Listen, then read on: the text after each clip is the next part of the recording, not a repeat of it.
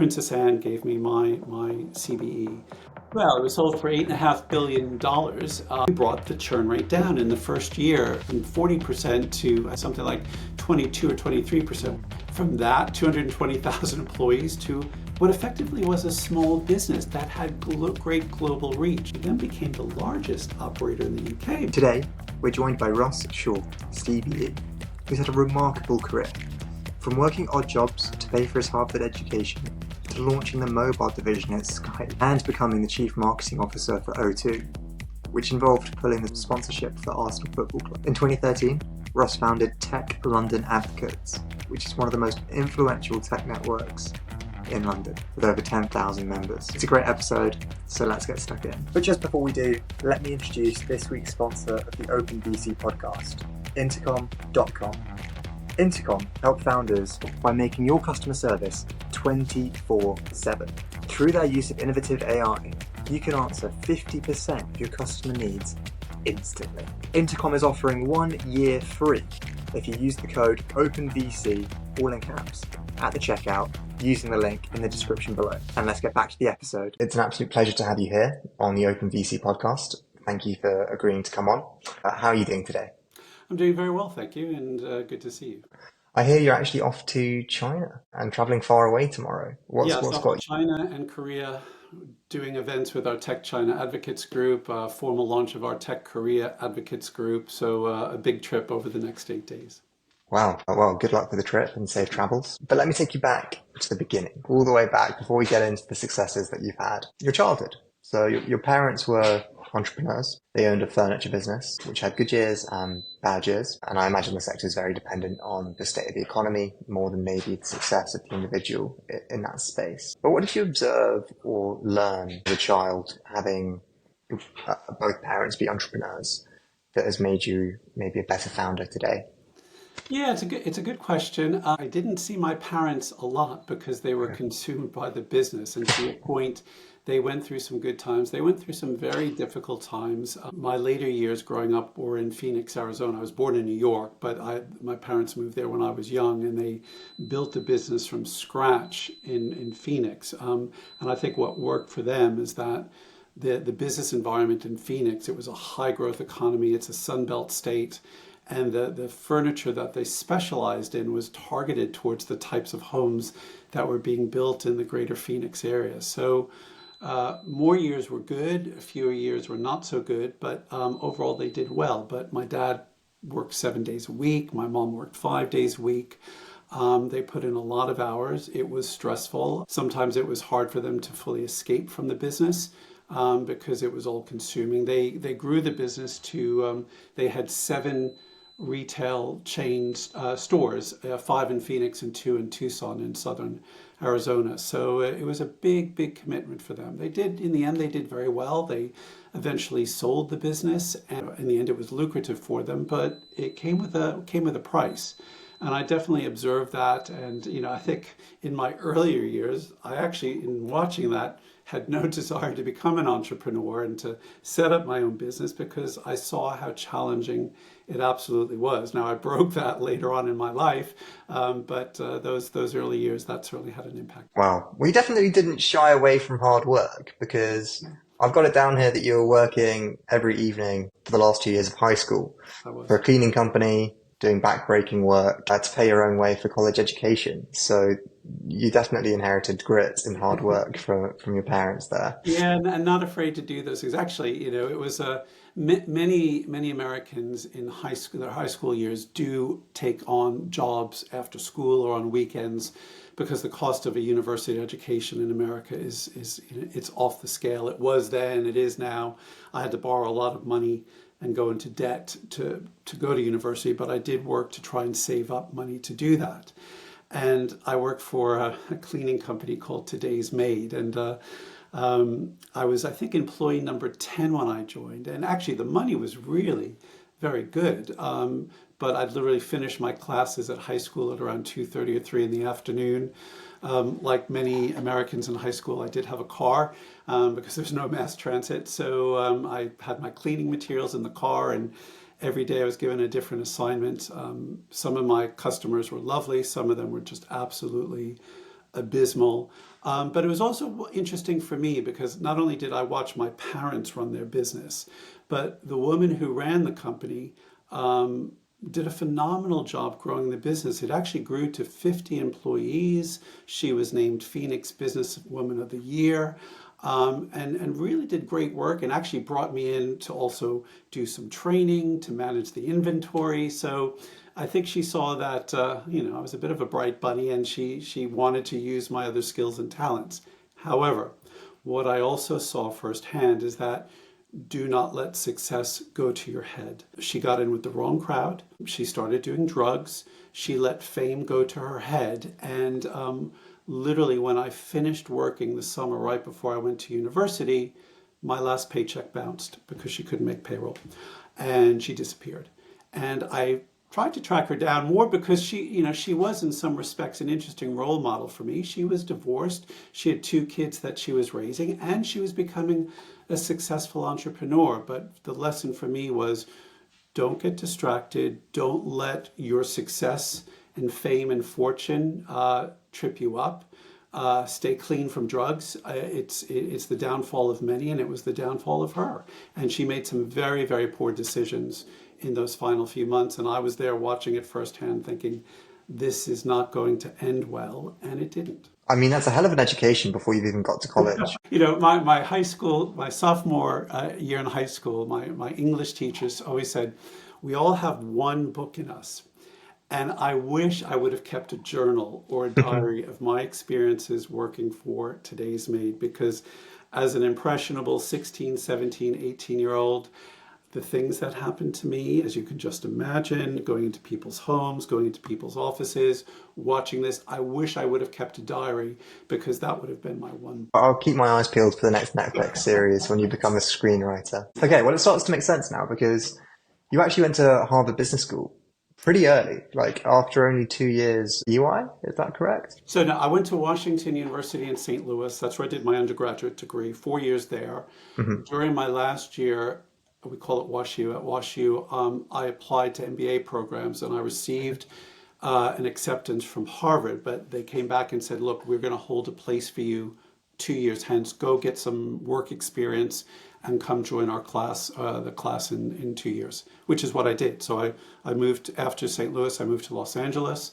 I worked for, then they were called Ernst & Whinney. They're now called EY. I was going down the audit path. I did my CPA exam, didn't particularly enjoy the work, but it was good experience for me. I got my credentials and then I went on to Harvard Business School. And was that quite unusual for the time? Because I know now people tend to be early 30s, mid-30s when they're applying to business school. In fact, the best business schools do actually look for people with enough work experience to put the theories into practice. Yeah. Were you one of the youngest in your cohort? No. I wasn't one of the youngest, but it was unusual. There were a few others in my cohort that had deferred, what were called deferred admissions. And I think looking back, I actually wish I would have had more work experience going into the program. There were people, who had come from all kinds of backgrounds. Most, not all, most were older than I was. And, I thought those who had 5, 6, 7 years of work experience, I really think they added a lot of value to the discussions that we were having. So I would have pushed, in an ideal world, maybe I would have pushed back on that a little bit, but, as fate has it, I went. It's where I met my wife in my class. And that's what brought me here to London. I really like that story, actually. So I didn't know this, but there's a slight intricacy of choosing your seat at Harvard. Could you let us know a little bit more about that and how it helped you actually meet your future wife? And I don't know if the program is still like that, but at the time, I mean, the program is incredibly competitive, and half of your grade is based upon class participation. And you sit in the same seat and you choose that seat on the first day of class. And rather than you going from class to class, your subject matter professors come to the same group of 90. And there were, I think, 8 groups of 90. So it's a big cohort of students. And I thought, okay, first day of class, starting at 8:30, I'll get there at 8 o'clock and I'll get one of the better seats. And I walked in and there were 5 empty seats. And I realized later that people were coming in at 5 in the morning to get the best seats, it's kind of an amphitheater style classroom. So theoretically, if you're in the middle of that, you're in the professor's eye more regularly, so you're boosting your chances of getting a better class participation grade. So I looked around and thought, oh my goodness, I didn't expect this. And I saw an empty seat on the end, halfway up on the left-hand side. And I looked and I thought, there's that very nice English woman I met briefly the day before. They had a barbecue for us to meet our section mates before we arrived. So I sat down next to Leslie on that first day of class, and things then happened thereafter. Awesome. Yeah. You didn't have to be too persistent. You just happened to sit next to her for the rest of the semester, which is Yes, nice. although I did have to be persistent with her because it took me about 4 months to gain up the courage to ask her to go out on a date with me, and she turned me down. And I I think tried again that's 2 years, 2 weeks later, and she said yes because she said she felt sorry for me. And then we literally got engaged 1 year after that at Harvard, and then we moved off to the Bay Area after we finished our degree. awesome. What a way to meet your partner. Hmm. Absolutely. And she's still with me. She's still putting up with me. Okay. So after Harvard, you went back into finance with time at American Express and That's right. Charles Schwab. Yep. But then you made like what seems to be a rather random career move into the telecommunications space, Yes. becoming a chief executive at General NTL, manager. Yeah. general manager Managing at director. NTL, which Yes. went on to become Virgin Media. That's right. So, I mean, tell us about what gave you the courage to leave safe finance to make the jump over into the telecommunications space. Yeah, it was, I think I call it my 13-year itch. I had done 10 years at American Express and 3 at Schwab. And this was also right after the NASDAQ crashed. And I just thought, I've been doing this for 13 years. And I loved it. I loved my time in financial services, time for a change. And, I spoke to a number of headhunters. Looked around and thought, look, the telecoms technology world seems really interesting. There are some transferable skills. And a gentleman called Stephen Carter, Lord Carter, who then worked for Prime Minister Brown and is now running Informa, came in as chief executive of NTL and was looking for a few managing directors to help him to change the business and make it more service orientated. And I think he was interested in the experiences I had in financial services with the companies really doing a good job on putting in good customer service experiences, learning how to manage on the web, etc. And so it was a big leap, and I had a steep learning curve, and I'm forever grateful to Stephen for taking that chance on me. And it was a very good experience. It was a tough experience because the business was going through unbelievable change.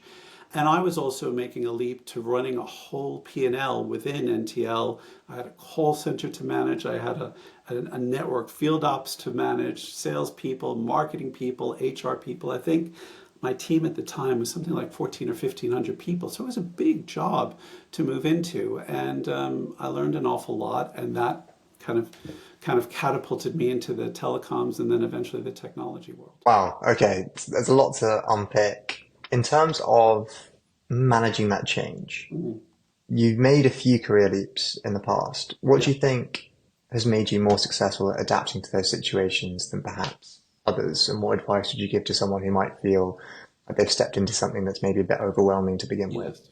Good question. I think one, I always say to people, take risks.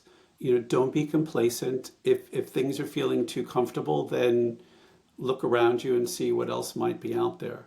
When you make that jump or when you make that change, I think the things I've done in my career whenever I've moved is, kind of going on a listening tour. You only get a short honeymoon, and I would usually spend 3-4 weeks meeting as many people as I can in the business, really understanding what's going on, what are the issues, what are the problems, what are the strengths, and then taking my moment to kind of say, okay, this is what I want to do. Here's the strategic direction where I want to go. This is how we need to get there. These are the skills that we need to have, the people we need to recruit, the changes that we need to make. And to constantly communicate with people, to take people on your journey. Whenever you come in as a managing director or a new CEO, there's always a lot of trepidation in the organization. What's this guy going to do? What is he going to bring to the table? How am I going to get on with him? And so it's really about building those relationships, not kind of locking yourself in an office, but getting out and spending the time understanding, touching the business, touching the product, experiencing what the customer experiences. And that's something I've always kind of carried through with me, and staying close to the coalface. I think that's really, really important to do. I think it was easy in my financial services world to, I mean, I got out there, I moved around a lot, I traveled the world, but it was easy to kind of stay a little bit removed. And when I made the leap into the telecom space, I felt I really needed to get out there and understand the nuts and bolts of the business. And that's something I've always taken with me. Awesome. Yeah, I think that's a great principle to have. Listening to the customer is, if you're not doing that, then you're never going to succeed. Exactly. Maybe unless you're Steve Jobs, who knows what the customer wants more than the customer. Yeah, and I mean, there are those, and I always admired those visionaries I've met on the journey who, just had that innate sense of it.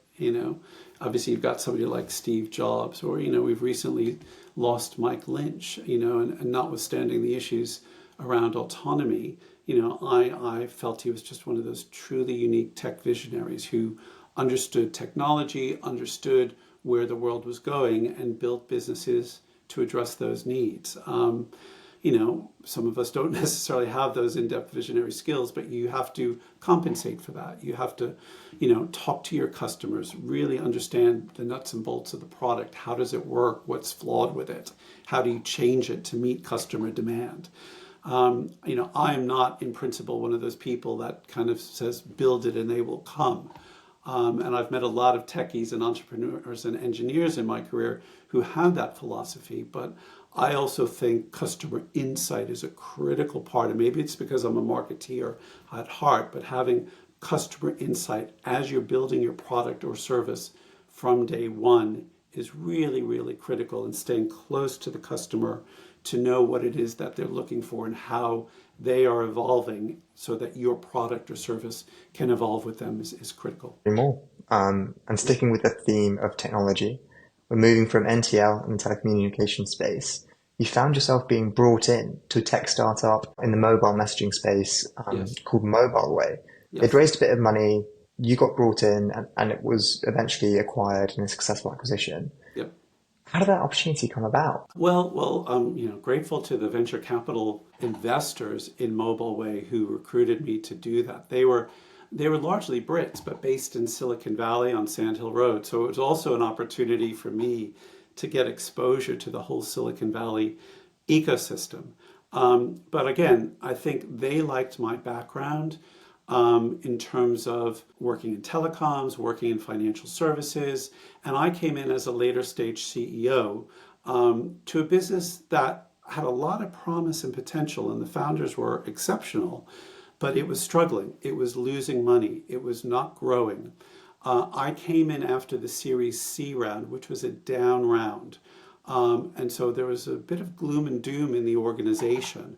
And I didn't have a lot of time. And it was, looking back on my career, Harrison, it's probably the toughest job I had.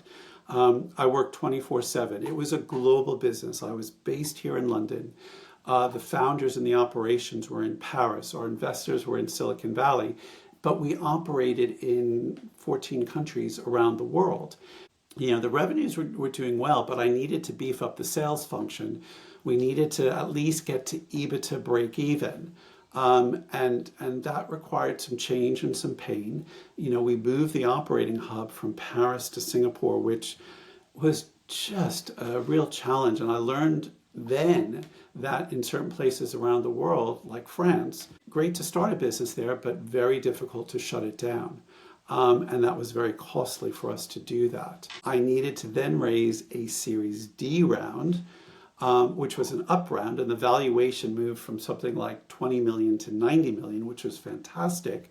The investors were liking what they were seeing, but the other challenge I had, and it was probably one of the biggest challenges I had, which was I needed to change the board. When I came into Mobileway, there were 7 board directors and 6 board observers. So 13 people on the board.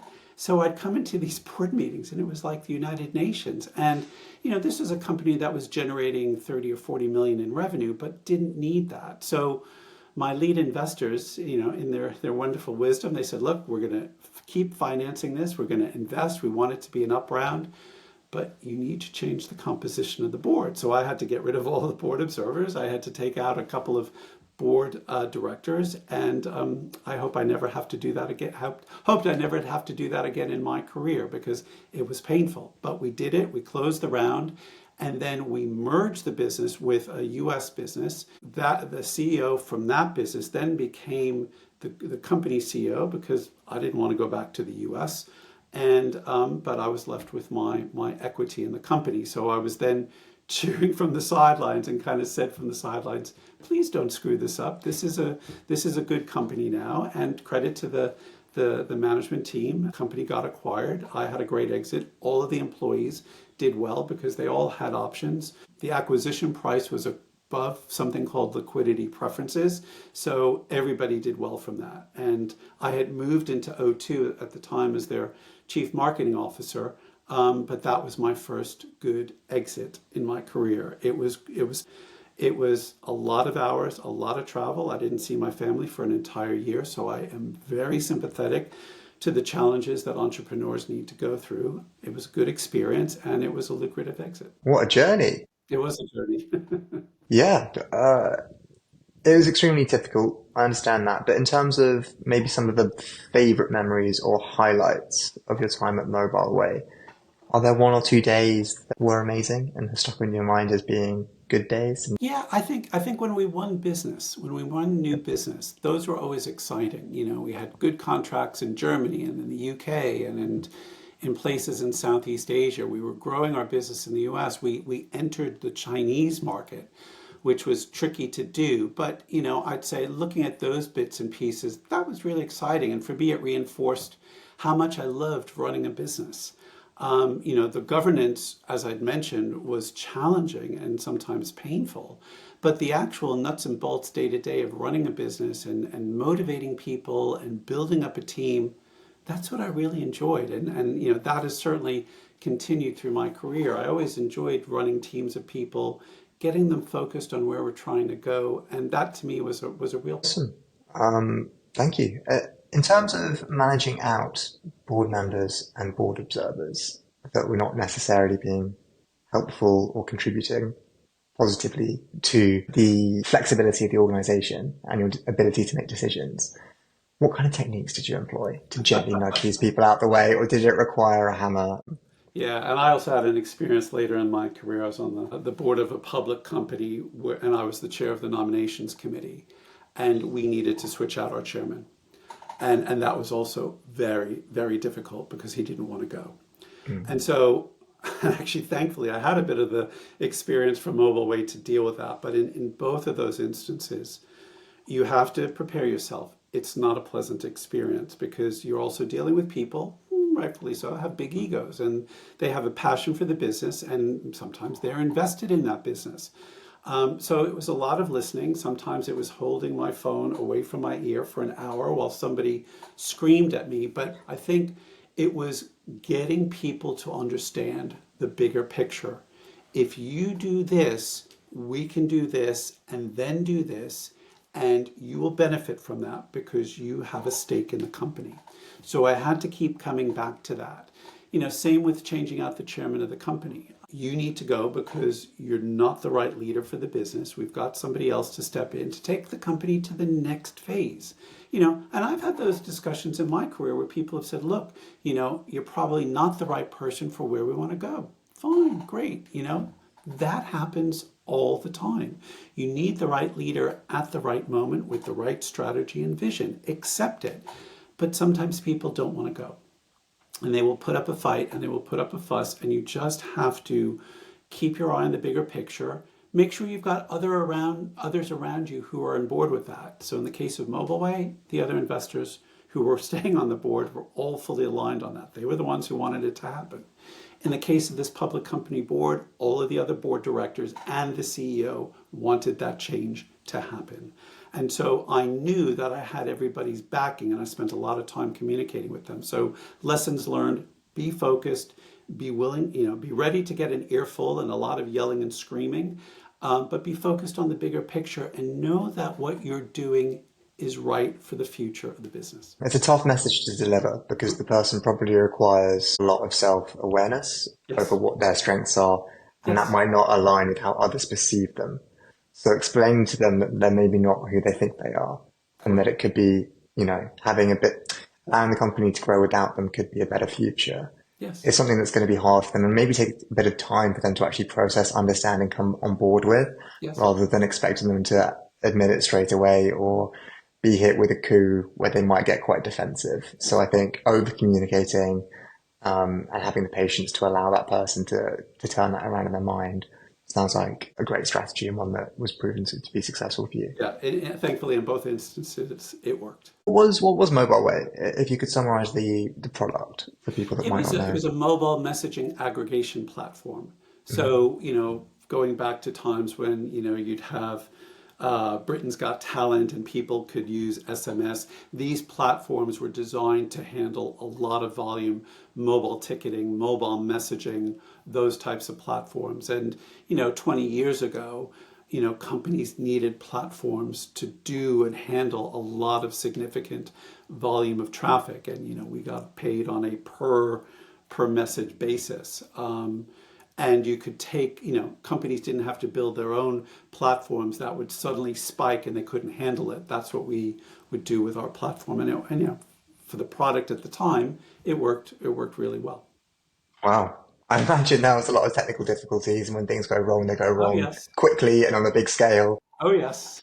And customers had you on speed dial to tell you when something was going wrong. But, that's what we were in business to do. And customers were absolutely right to say, look, we've got a problem here. What are you doing to fix it? Nice, nice. Okay, so we've exited from Mobileway now. With there's a new CEO in charge, and you've already joined That's as Chief Marketing Officer. yes. What kind of things does that include?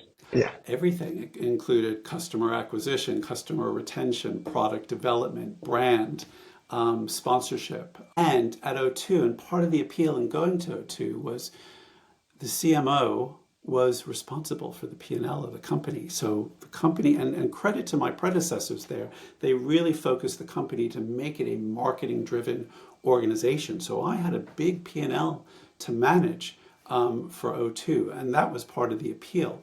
When I came into the company, in some respects it was doing very well, but they also had some significant problems, and the customer churn rate across what we call both prepay and postpay was close to 40%. So 4 in 10 customers were leaving because they would just go down the high street and get the next best deal, because the whole mobile phone industry at that time was all about acquire customers, but nobody was paying attention to customer retention. That was part of the reason why I was recruited. A key part of my role back at NTL was around customer retention and customer satisfaction, as it was at American Express and Charles Schwab. So, too, really kind of valued that experience. So, we kept the acquisition machine going, but we put in a lot of programs to reward customers for their loyalty. And we brought the churn rate down. In the first year, it came from 40% to, I think, down to something like 22 or 23%, which is still way too high. But we cut the churn by nearly half in the first year. So what happens then is we were the number 3 operator in the UK at the time.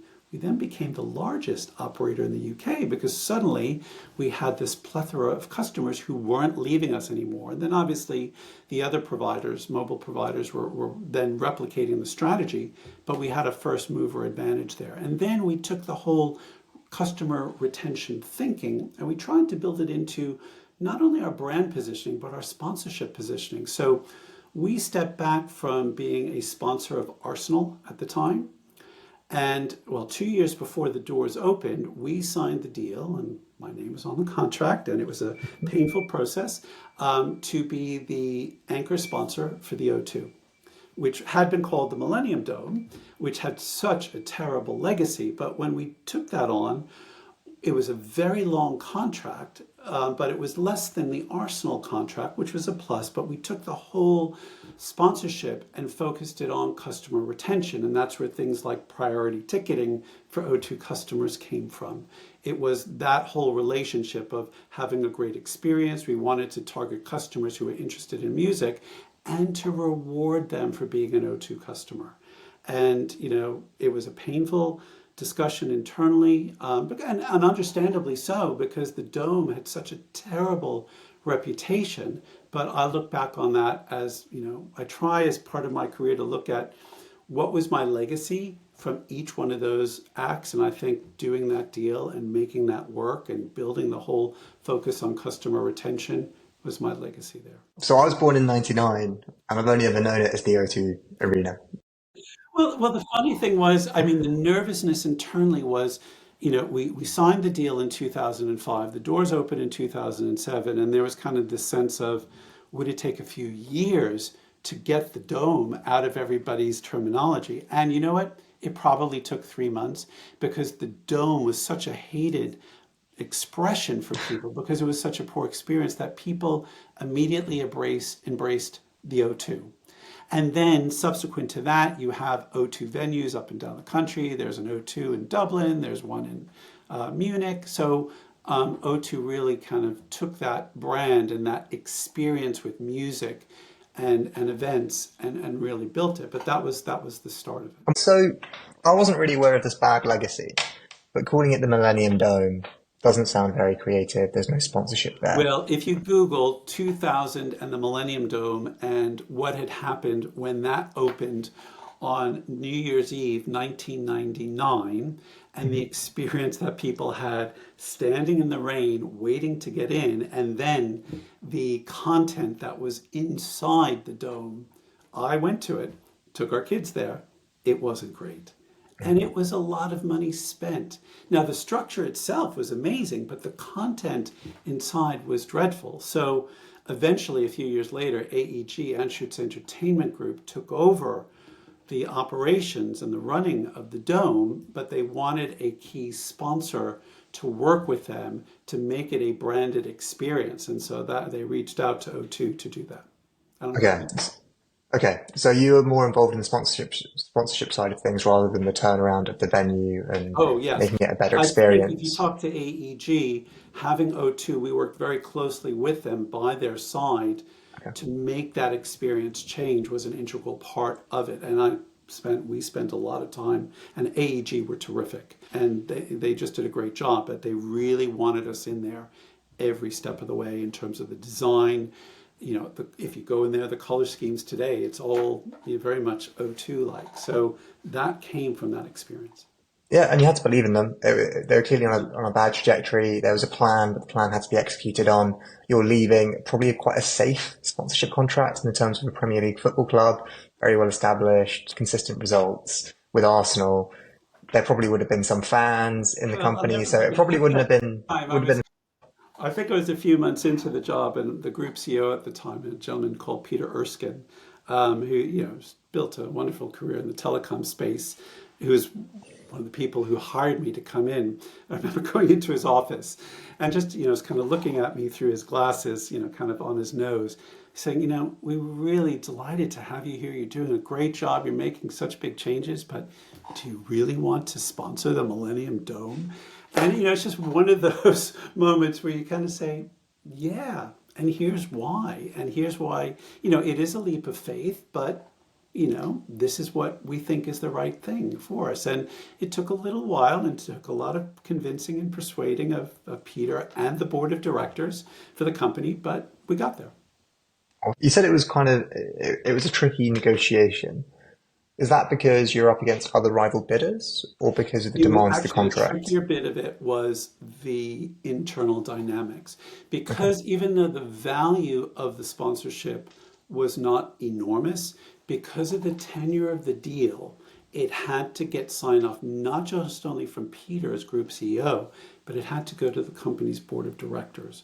And so you had to persuade them that this transition would be good. And then at that time, the transport links were not great out to North Greenwich Peninsula. It's built around the Jubilee line going out there. So you had to take a leap of faith that the transport would work, that people would move away from this terrible legacy, that we would be able to get in there and work with AEG to really brand and design the venue that was very in sync with what we wanted our customers to experience. That was the difficult part of it. Wow, what a great legacy. It's been a roaring success. And look, it wasn't just me. There are quite a few other people involved with it, but I look back on that and say, look, that's when people are building their careers. Look at those opportunities that are game changers, and think about, how do you leave a legacy behind in terms of the impact that you're making on a business, big or small? Yeah, wow. I mean, in keeping the theme of jumping from well-established, safe, comfortable corporates to jumping back into the startup scene, you moved from, I think you became Telefonica after an acquisition, but you moved from Telefonica over to Skype. Yes. In the early days, and ended up running most of Middle East and Africa, and were an integral part in setting up the mobile divisions. Yes. How was Skype? What was that experience like? In many aspects, it was fantastic. It was a great brand. It was a great product. Your customers just love Skype. But when I went in there, I'd moved from Telefonica, as their chief innovation director. From that, 220,000 employees to what effectively was a small business that had great global reach. And at the time, and again, I'm showing my age, it was only a desktop product. So, with the advent of the iPhone and the Android phones, we also wanted to put Skype on mobile devices. So wonderful colleagues, employees who just love the product.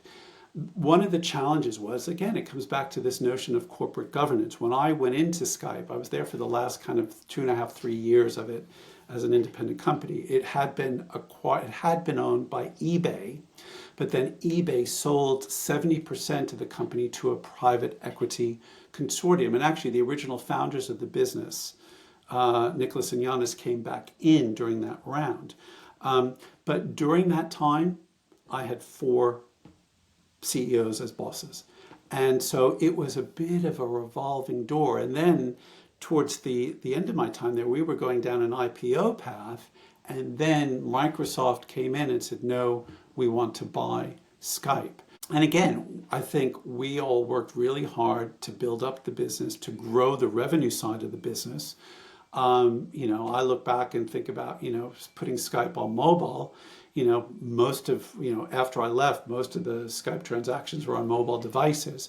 We did deals with carriers like Verizon in the US and NTT Docomo in Japan. Really, really good experiences. And Microsoft, I think, found that the platform was a very attractive one. And they wanted it both in terms of building it into their business, but also I think they were worried that somebody like a Google or another big tech company would come in and acquire them. So it was a really good exit for many of us. I did not stay after Microsoft bought the business. Some people did, some people left.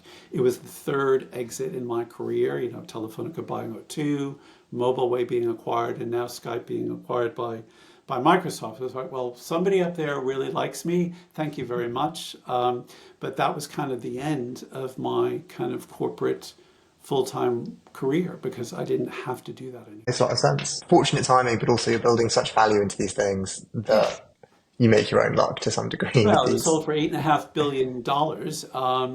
And when I had come into the company, I think it had the valuation from eBay was something like 2.7 billion. So, the VCs and the private equity firms work their magic, but a lot of people worked really hard to build and grow that business to get that valuation. I don't necessarily think the private equity firms fully appreciated that, but I know a lot of the people in that company who worked incredibly hard to make that happen. I think at the time it was Microsoft's largest acquisition, and it was quite a premium to what the IPO price was planned to be. Yes. What do you think made Skype so important at the time to Microsoft? Yes, I think they found the platform an attractive one. It would certainly bring a lot of loyal brand customers into the Microsoft fold. They could see where video calling was going. Today you've got Microsoft Teams. Mhm. But Skype started that many, many years ago. It had very good audio, video capabilities as well. So there were some good strategic assets there and a wonderful brand, but also worry that what happened if somebody else would take it over?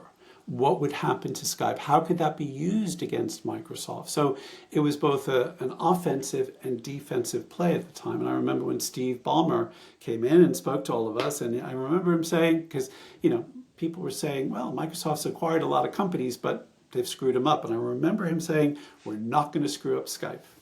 And I think for the first couple of years afterwards, they left it largely intact. A lot of the team was left in place. They kind of created it as almost an autonomous business within Microsoft, but then steadily after that, that changed. Now, I might be wrong with this, but the founding story of Skype, wasn't it because they were trying to make international calls from Eastern Europe over to America, and it was to circumnavigate expensive phone fees? Absolutely. So for you to move from the telecommunications side, from you to move from Telefonica, was that moving from the people you're trying to disrupt into the disruptor? Was that Absolutely. how it was perceived? Absolutely. I mean, I think, if I look back at that time, I think the telecoms operators had a window of opportunity to be disruptive themselves, and they didn't take it. So Apple took it, Google took it, Microsoft took it with the advent of the phones that they were providing. So that was the operator's chance to really be disruptive. And now I think today they're largely viewed as utilities. But within Telefonica, I mean, we set up incubators. We had a venture program where we invested in startups. We needed to figure out how do we become a disruptive player ourselves. And I think if I look back on my career, and even if I go way back to American Express, I was one of the first few people to set up a division called Global Network Services, which today, it's not their largest division, but it's their most profitable, which was how American Express could address the threat from Visa and MasterCard. We partnered, we created partnerships with so many companies around the world to issue American Express cards. Now, today that doesn't look so disruptive, but at the time for the American Express business then, it was hugely disruptive. So for me, in large companies, being at that more disruptive end has always been attractive. But then being in a Skype or being in a Mobileway, where you're actually doing the disrupting, I think is absolutely fascinating. It's painful at times, it's hard. You don't have the resources at your disposal, but it's exciting because you're building a business around a vision of truly changing the landscape. And credit to Giannis and Nicholas, that was their vision for Skype. How certain were you? Like, where was your conviction level stepping away from Telefonica and joining Skype? Did you know that that was the future? Did you have a gut feel? Or was it just too much an exciting opportunity to pass down regardless of the risk? Well, it was both. I had used Skype and I loved it, and I thought, wow, and also just bringing my experience from coming out of the mobile world, the telecoms world, and saying, how do we put this great product onto mobile devices? Was just too good of an opportunity to pass up. I liked going back into a smaller business, not without its challenges, but the autonomy that you have was just so appealing. So yeah, it was kind of a bit of everything, and then it was also a bit of, well, maybe it's time to take another chance, and that kind of innate desire in me to kind of was kind of coming back to where we started our conversation. I encourage people to take risks with their career, think about what you want to do, how you can learn more, be better. And, all the moves I've made in my career were big learning opportunities for me that I will never forget. Makes a lot of sense. But you weren't fully done with taking risks because after Skype, you went and set up Tech London Advocates in 2013 because you felt there was a need for an independent private sector group for the tech sector in London. It wasn't as well known as it is today, and I think Tech London Advocates has had a massive role to play in that. Could you tell us a bit more about the organisation, Sure. how it came about? Sure. Yeah. So after I left Skype, I took about a year out just to network, to see what was going on. I could see some startups percolating in the London tech landscape. But I felt at the time that doors were still closed. and I just felt, coming back to my Mobileway experience, where, I always say to people, look, you can always get 30 minutes with any Silicon Valley VC. And I say, most of the time they will say, no, thank you. But when that no thank you comes, they'll also say, but let me connect you to this person. Or I think this person over here will be interested in what you're doing. And that ethos, that spirit of connectivity, is one of the elements that sits within Tech London Advocates. Another element comes from networking and networking effects. So when I set up Tech London Advocates, it's an open, inclusive, diverse community, free to join. Anyone is welcome to be part of it. And we're focused on promoting and supporting startups and scale-ups. But one of the main ways for people to come in is for advocates to introduce new advocates. So we have grown through network effects over the years. Where does network effects come from? It comes from Skype. Because how did the Skype brand grow? It grew through network effects, because you'd have to, go to your family or friends and say, you need to download Skype so that we can speak to each other. Get this, it's a great platform. That networking element is also sitting within Tech London Advocates. Promoting and supporting startups and scale-ups. Well, that's my marketing experience. That's, how do you make noise about what's going on in the ecosystem so that it's not this closed bubble, but people know and understand what's going on, both the good and the not good. So that was the desire. That's where the idea came from. I launched it in April of 2013 and thought, okay, this could be a good part-time project for me to do as part of my give back to tech. Tech and telecoms had been very good to me. This is my payback. And Harrison, since April 2013, my feet have not touched the ground. I have been overwhelmed, even to this day, about the volunteer spirit, people who want to contribute, people who want to help. We've got over 40 different working groups, the largest women in tech and Black women in tech groups in the UK, Tech for Disability, FinTech, Cyber, Health Tech, Retail Tech groups, Scale-Up groups, all coming from people giving a little bit of their better angels to support something bigger. And that's how Tech London Advocates was born. We then, the following year, became a co-founding partner for London Tech Week. We just had our 11th London Tech Week this year. So, by no means do we take full credit for what's happening in London, but I do feel this open, inclusive, collaborative spirit that we have in London has been a key part of why London has done so well. And we've not been afraid to call out on things that have not gone well, but we're really there to say, when things go wrong, how do we address them? Whether it's around visa and immigration strategy. Last year, I was one of 100, and there were a huge number of advocates to that infamous weekend in March of 2023 when Silicon Valley Bank closed its doors. We were all on a WhatsApp call trying to get that situation turned around. That collaboration I have not seen to the degree that we have here in many other ecosystems around the world, and I get to see them through Global Tech Advocates. So we've taken the Tech London Advocates model, and I've licensed the brand, the IP, the operating principles for creating groups all around the world, and I charge £1 a year. So it's not about making money, but it's a proper commercial arrangement to make sure that I know that the leaders in China, in India, in the US, in Brazil, in UAE, wherever, have a similar model and ethos. And so I travel, going to China and Korea tomorrow to see this for myself. We've got something special going on here. And it's not just in London, it is across the rest of the UK. And so we really try and nurture that spirit of collaboration. And we work with so many other organizations, Tech UK, London and Partners, you name it, to come together to say, we're in this together and we're going to make this a success. In the UK is now the third largest tech ecosystem in the world. That didn't just happen overnight, nor by luck. And I want to be the one to toot your horn now. So you've got well over 15,000 members in London. The Standard has described it as one of London's most influential tech networks. And on a personal level, you have been awarded a CBE for your services to business in London and to technology companies. What was that experience like? This whole experience. No, sorry. So what was like specifically the CBE, I think? Oh my gosh, it's overwhelming and humbling at the same time. And in fact, I almost missed the email when it came through because of the heading on it. It said NY21. I was like, NY21, what's that? And I get bombarded with emails on a daily basis, as you imagine. So I scanned through, and then I went back and I looked at it, and then I showed it to my wife, and I said, "You have a look at this."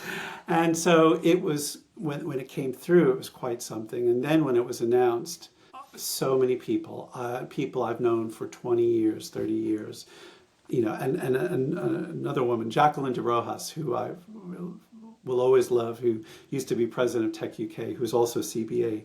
She sent me a note and she's saying, just enjoy this, enjoy the day, enjoy the feedback. And then going to Windsor Castle for the actual experience itself was just wonderful. It's very humbling. You feel very special.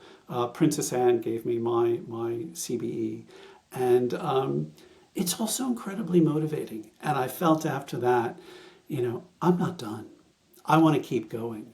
I feel honored to be recognized for this work, but there's so much more to be done. So I don't know whether that's part of the strategy of giving out some of these awards, which is a signal. And I spoke to somebody at the Windsor Castle staff and talked about that. And he just looked at me and he said, you're doing great stuff. Keep going. And I am.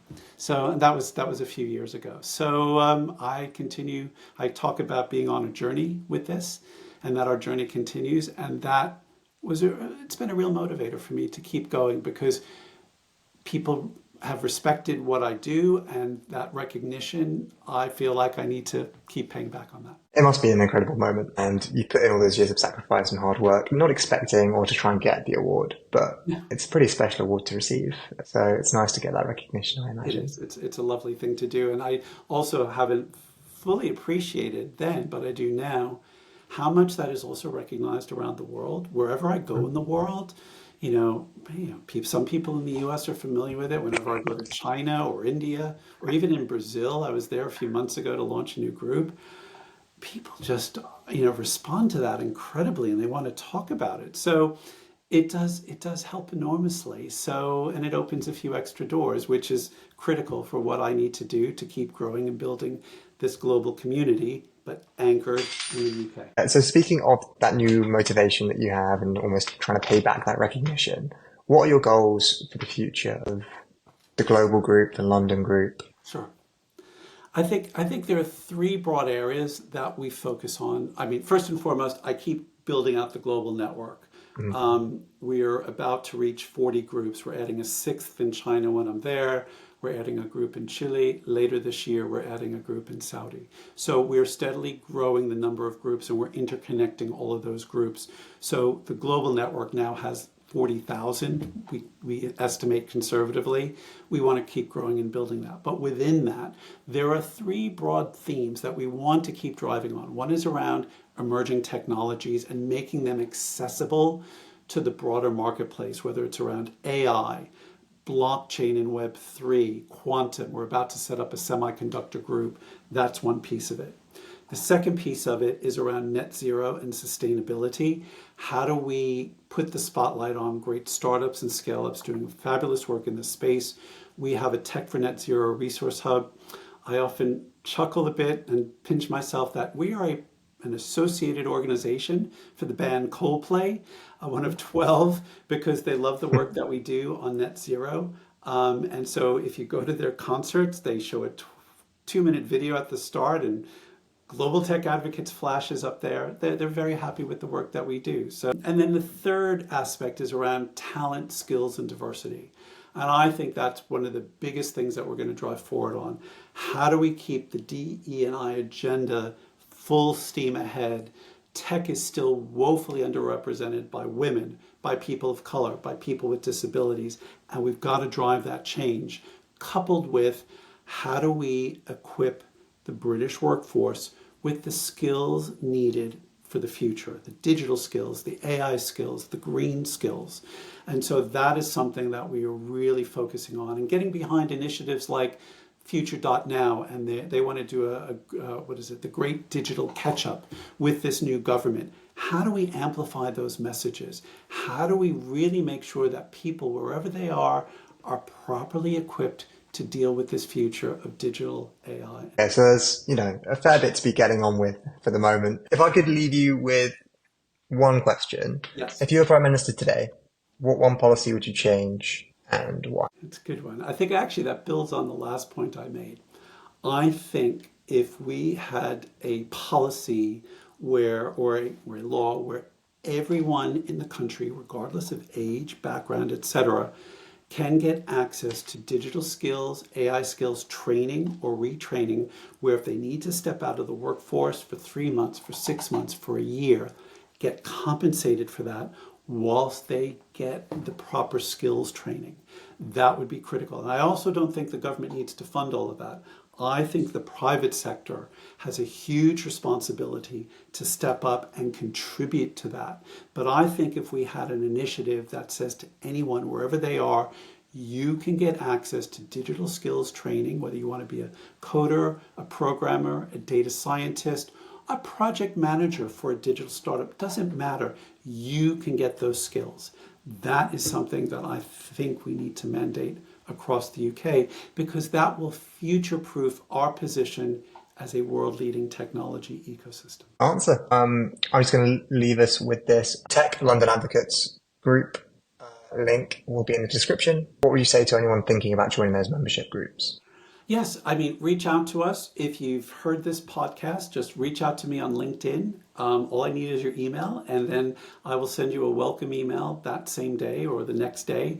You're in the community. Do get involved. Take a look at what we're offering. We haven't really talked about a new platform that we've launched called GTA Launchpad. If you're a scaling business looking to expand beyond the UK, you can go onto our Launchpad for free to find the resources that you need, the connections that you need to whatever market you want to expand to. It's a great resource that all of our Global Tech Advocates groups have participated in. We just want a little bit of data from you so we know who's using the platform, but it's a great service for anybody who would want to use it. That sounds really valuable. I'll have to check it out. Thank you. Please do. Thank you. Thank you for your time, Russ. Really appreciate it. It's been a great episode. Thank you for inviting me.